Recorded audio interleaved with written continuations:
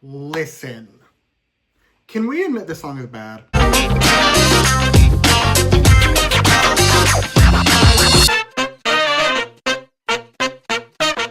Or at least she's not great. You know what, we'll get to it. But first, hello. Welcome. I'm Simon. I'm here to talk about the CORTIS not debut. I don't know if it's their debut actually.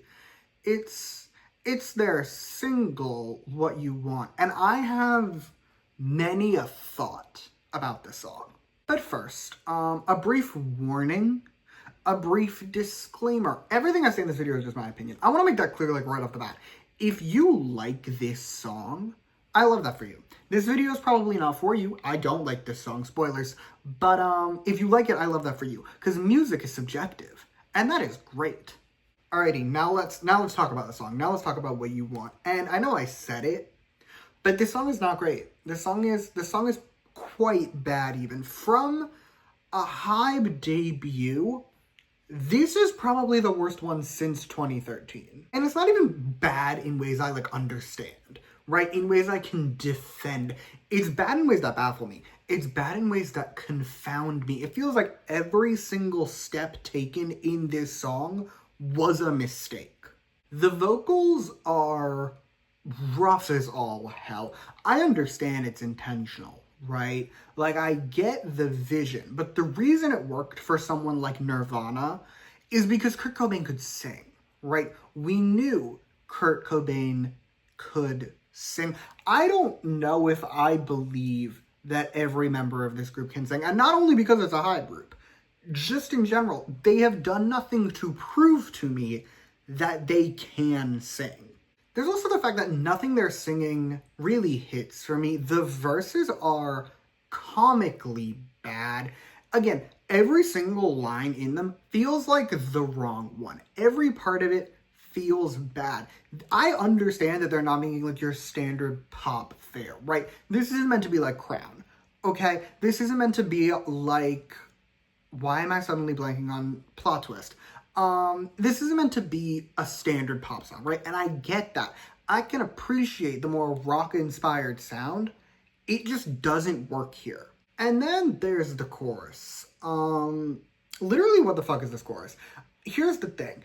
It feels like they're trying to make this sort of like teen anti-establishment anthem, and it missed the mark. It missed the mark so deeply and in every single way you can imagine. Because here, like, if we keep with the Nirvana comparison, okay? Smells Like Teen Spirit works because when Kurt Cobain screams, "Here we are, now entertain us," it hits, right? You feel it in your bones.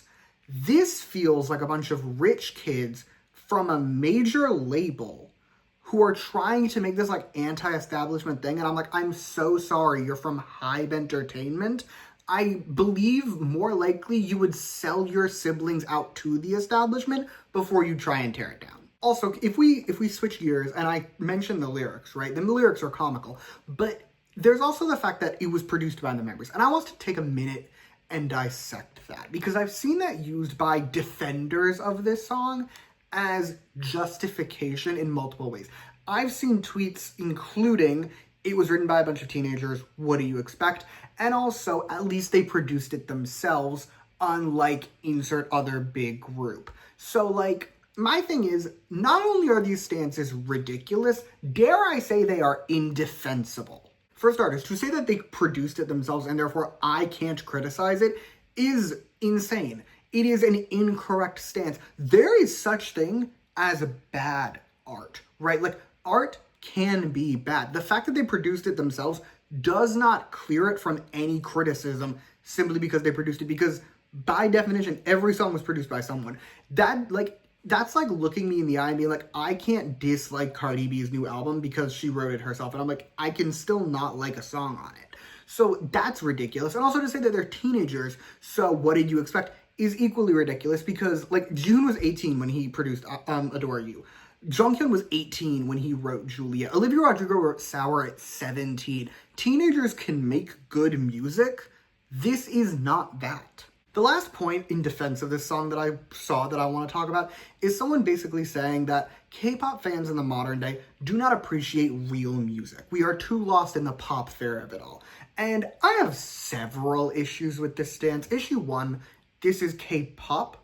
The word pop is in the name. So to criticize its audience for enjoying pop music essentially feels like I walked into a Taylor Swift concert and then criticized people for enjoying Taylor Swift. Like, we're here for pop music, but even if we take that aside, even if we appreciate the fact that Korean music is largely categorized as K-pop, even if it is not pop music, if I take my own enjoyment, right, the music that I enjoy, let's start with Korean music I enjoy.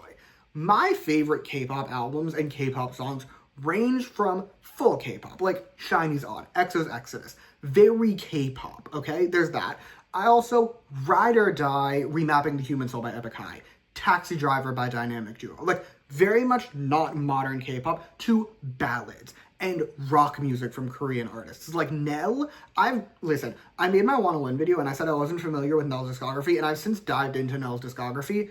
Excellent discography, but that's not the point. The point is, within Korean music, and then if we want to take music that the Western world really is into, like what the critics would consider some of the greatest albums of all time, some of those are my favorite albums of all time, like My Beautiful Dark Twisted Fantasy by Kanye West, Blonde by Frank Ocean, The Miseducation of Lauryn Hill, anything by Kendrick Lamar. So, like, I can appreciate a wide range of music. I even like Nevermind. So if nothing else, have I demonstrated the ability that I can appreciate a wide enough range of music that I can criticize this song? Which brings me to a very core question, both with this song and in K-pop in general, and pop music and fandom in general, which is why can't we consider something bad, right? I understand that there are people out there who like this song. I love that for them. I think I've demonstrated I'm not one of those people, but all power to them. If you made it this deep in the video, congratulations to you. However, it's less the fact that people do or don't enjoy it, and more the fact that the primary stance I've seen on Twitter is a refusal to let people not enjoy this song. And that to me is crazy, because at the end of the day, music is art, or at least it is some form of art, and art is in the eye of the beholder. Music is subjective. I just don't understand why you can't be like, I like this song. You don't have to. It's the constant, almost vitriolic refusal that any negative opinion can exist about the song. But that is all I have to tell you about this song. So let's get into the score. I'm giving it a 2 out of 10. I'm going to give it a 2 out of 10, slightly out of spite, but it would not be getting above a 4. This is a bad song. Even in terms of like music being art, this is bad art. So yeah, 2 out of 10. And that is all I have for you today. Thank you so much for watching, listening to me ramble. This has been pissing me off ever since the song came out. Because ever since the song came out, I've seen a lot of tweets about it. And the tweets I've seen about it have sent me up the wall with rage. So I'm glad I got to sit here and scream a little bit. I hope it made me feel better. I hope it didn't piss off my neighbors. But other than that, like and subscribe if you want to or don't. I'll be fine either way. Yeah, that's pretty much all I got. Thank you again for watching. Bye!